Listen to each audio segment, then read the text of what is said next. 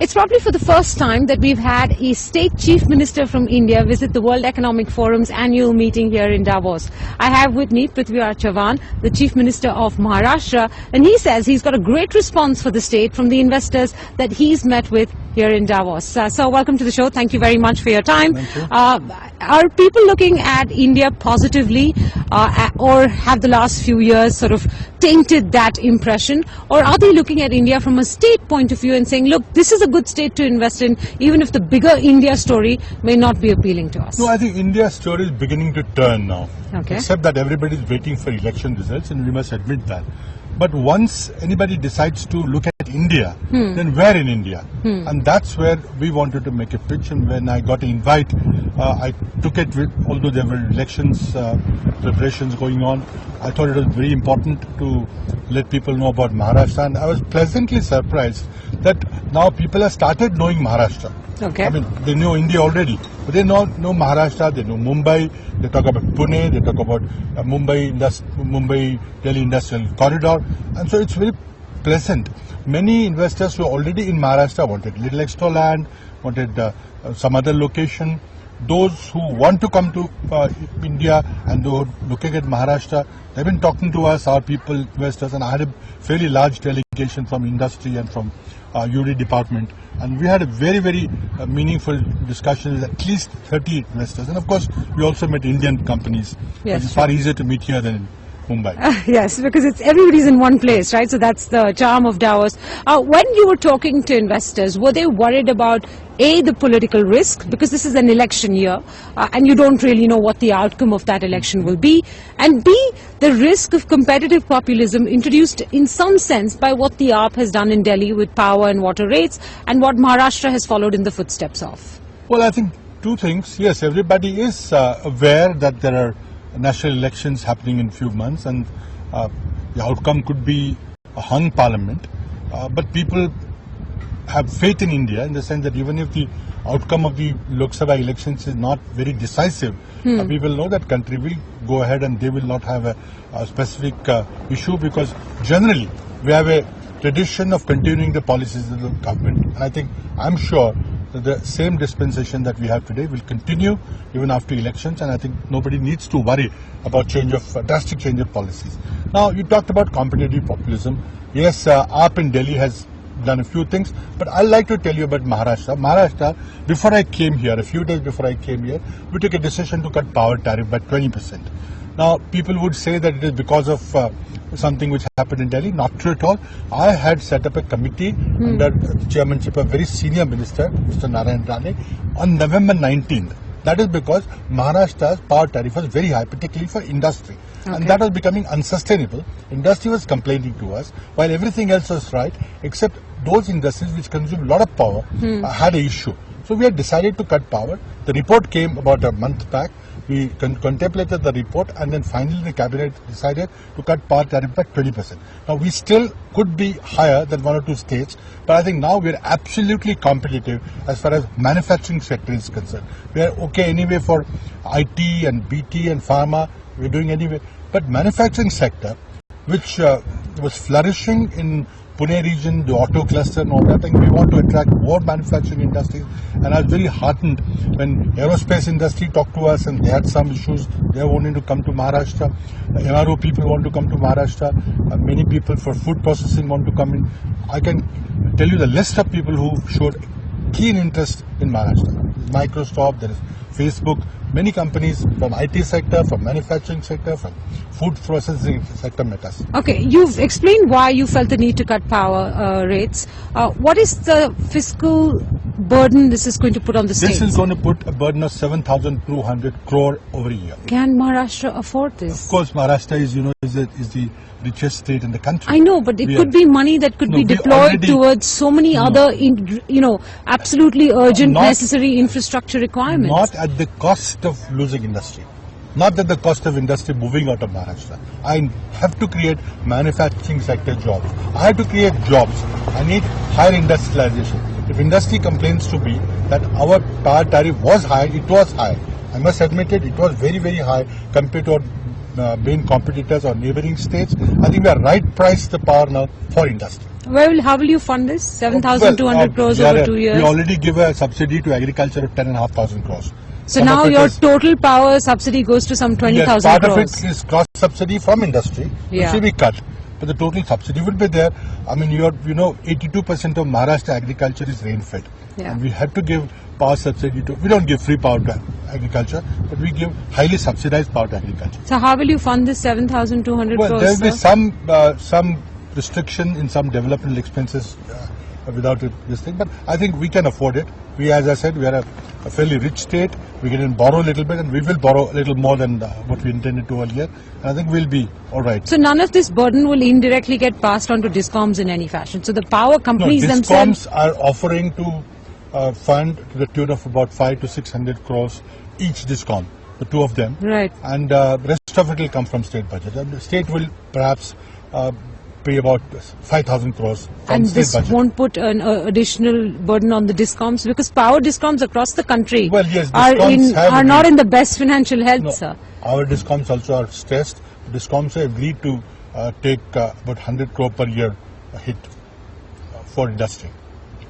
Okay, so you're fairly certain that this is the best way to bring industry to Maharashtra or keep industry within Maharashtra, and that this will not go down as a populist move? Well, if anybody sees it as a populist move, I'm sorry for it, but I think I need to keep industry in Maharashtra at the most competitive level compared to any other state. We're not only competing with regions within the country, but we're also competing regions outside the country. Absolutely. So I will get maximum high quality investment in Maharashtra, and that means jobs. Jobs are of crucial interest to us. Absolutely. The second issue, which is part of any big investment that comes to the country or to a state outside of power and utilities, is the ability to have land to set up a factory. How much of a constraint is that in Maharashtra? And given that we are now working under the aegis of a new land act passed by the central government, what is that going to mean for the state's ability to invite industry and make land available? Well, right now we have a large pool of land which has been acquired by Maharashtra Industrial Development Corporation. We also we had the largest number of special economic zones, the SEZs. Now those SEZs which want to opt out of the SEZ scheme, we have given them a special scheme. They can opt out of it and convert themselves into industrial integrated industrial areas, which gives you similar facility to special economic zones. And that land, huge pool of land, is also now available for industrial development. We don't know exactly how the land acquisition law will impact in the future. We had great difficulty in acquiring land for the Navi Mumbai airport, but we have a very innovative land pooling model which has been accepted by PAPs, and I think Navi Mumbai airport will also go ahead. So I was born and brought up in Mumbai city. I will ask you a question about Mumbai since I have your attention today. Mumbai is crying out for more infrastructure. That sea link is such a boon. We now have a new airport, but things are happening in bits and pieces over tens of years. The city is bursting at its seams. We don't have a single stretch of road in the city that is not potholed. When you travel from your official residence of Varsha to the Mantralaya, I'm sure you noticed that the ride is almost literally back-breaking. Well, do something about Mumbai city. Let me tell you, you are being unfair. I think if you look at the infrastructure which has come into Mumbai in the last couple of years, this year particularly, the Eastern Freeway, it has cut. Of course, you're right. I take my part of my words back for that. Yes. Now the Sahar elevated road is coming up very, very shortly. Right. We will be inaugurating the first monorail in the country within a matter of days. Yes. Next month we'll also have Mumbai's first metro. The SCLR, the cross link, is also being inaugurated very shortly. A lot of infrastructure has come in Mumbai. Just one infrastructure project, the Eastern Freeway, has made a huge difference to the lives of the people. I'm not saying everything is fine. I would have liked to build the Trans-Harbour link, but we did not get and the extension to the Bandra-Worli Sea Link all the way to Hajeli and maybe even to Narmal. Hajeli won't make a difference. I think we have cleared the Worli to Versova link has been cleared, but it will take time. That has been cleared by the cabinet. How many years will it take? It will take time. It's a very complex project. A lot of clearances are required. Some of them are already in place, but that has been cleared. I think. Is this a coastal road or will it be an extension of the sea link? It's a sea link, bridge kind of thing. Coastal road, we are still waiting for environmental clearance to reclaim the land. There are the airport, 3 new international airports in Maharashtra, Navi Mumbai, Pune, Chakan, and Nagpur being upgraded to a full-fledged multi-modal hub. I think the Delhi-Mumbai Industrial Corridor, the Sendre, Bidkin area in Aurangabad as a large investment region in Nagpur region near Umred, the National Investment Manufacturing Zone coming up there. I think land, I'm not worried about land. Mumbai infrastructure, we talked about it. Yes, we need more of it, but lots has happened. And of course, quality of road, yes, I share with concern also. But that's partly... You share the same back-breaking rights, sir. That's because the local municipal corporation has to do the roads. And I had put together an international quality control company to look at the quality of roads. It has made little difference, but I think we need to work on the quality of roads. Godspeed, sir, for Mumbai city, because we all love the city. I'm going to request you to do one response for us in Hindi, for our audience in Hindi. If you can sum up for us, given what you've said about the availability of power and land in Maharashtra, why Maharashtra makes a compelling investment story to investors here in Davos. See, Maharashtra has always attracted... Sir, in Hindi. Sorry. देखिए, महाराष्ट्र में विदेशी निवेश जो हुआ है, अगर आप आंकड़े देखें तो भारत में जो सबसे ज्यादा विदेशी निवेश हुआ है वो महाराष्ट्र में हुआ है. करीब करीब 38% जो पूरे देश में विदेशी निवेश हुआ है उसमें से 38% महाराष्ट्र में आया है. तो महाराष्ट्र हमेशा ही विदेशी निवेश के लिए एक प्रेफर्ड डेस्टिनेशन था, उसमें कोई दो राय नहीं है. लेकिन कुछ हाल ही में हमारी जो टैरिफ के जो पावर के जो बिजली का दर थी वो बहुत ज्यादा हो गई थी, क्योंकि हम सबको बिल्कुल 24 घंटे बिजली देते थे और इसलिए बाहर से महंगी बिजली कई बार खरीदनी पड़ती थी और बिजली की दरें बहुत ज्यादा हो गई थी. और उद्योग जगत ने हमको हमेशा शिकायत की थी कि इस बिजली की दर से हमको शायद और कुछ सोचना पड़ेगा, हमें आना मुश्किल होगा. और इसलिए बहुत दिनों से हम कोशिश कर रहे थे कि बिजली के दरों को ठीक किया जाए. और अभी यहाँ आने से पहले, डाइवोर्स आने से पहले महाराष्ट्र कैबिनेट ने निर्णय लिया 20% उद्योग के लिए ने बिजली की दरें कम की है. और मैं समझता हूँ कि जैसे जमीन है, पानी एक बहुत बड़ी समस्या है. पानी जो उद्योगों के लिए हम दे पाते हैं, जमीन दे पाएंगे, और अब बिजली की भी दरें कम कर दी. तो मैं समझता हूँ कि अब आज की तारीख में महाराष्ट्र सबसे ज्यादा कॉम्पिटिटिव और स्पर्धा में टिकने वाला राज्य रहेगा. गुजरात से भी सर? हम बिल्कुल, गुजरात का कोई कॉम्पिटिशन तो सारा हाइप है, सारा पीआर एक्टिविटी. आप देखिए, आंकड़े निकाल के देखिए कि कहाँ ज्यादा इन्वेस्टमेंट आ रहा है, कहाँ नए उद्योग आ रहे हैं. लेकिन एक बात है कि मैं स्पर्धा उसकी आई वेलकम इट, उसमें कोई गलत बात नहीं. ये राज्य एक अच्छी सुविधा है निवेशकों को दे तो देश का उसमें फायदा होता है. लेकिन अगर कोई गुजरात और महाराष्ट्र की तुलना करना चाहता है तो वो सही तुलना करेगा. और महाराष्ट्र में कई सारे उद्योग, यहाँ पे मैं करीब 20-30 लोगों से मैं मिला और इतना ज्यादा इंटरेस्ट है. सबसे बड़ी बात है कि अब डाइवोर्स जैसी जगह में, दुनिया में लोग अब महाराष्ट्र को अलग से जानने लगे हैं. पहले तो भारत की पहचान ही नहीं थी, अब तो भारत की पहचान हो गई. लेकिन भारत में से महाराष्ट्र एक ऐसा इन्वेस्टमेंट रीजन है जहां हमको जाना चाहिए, जहां हमें सोचना चाहिए. इस तरह से महाराष्ट्र की अपनी अलग से पहचान अब यहाँ हो गई है, जिससे मैं बहुत खुश हूँ. सर, एक फाइनल क्वेश्चन. निवेश के लिए जो 2 चीज चाहिए, पावर और लैंड. आपने बताया कि पावर की दरें बहुत बढ़ गई थी, इस वजह से आपने उनको घटाई है, लेकिन उससे फिस्कल बर्डन क्या पड़ता है स्टेट पे, और क्या स्टेट का बोरोइंग बढ़ जाता है, स्टेट के फाइनेंशियल्स बिगड़ जाते हैं? उस पर जवाब दीजिए सर. और ये जो लैंड की अवेलेबिलिटी है, वो इंडस्ट्री का एक्सपेक्टेशन है कि जो नया एक्ट पास हुआ है उसके बाद लैंड की अवेलेबिलिटी बहुत मुश्किल हो जाएगी और स्टेट असिस्टेंस नहीं मिलेगा.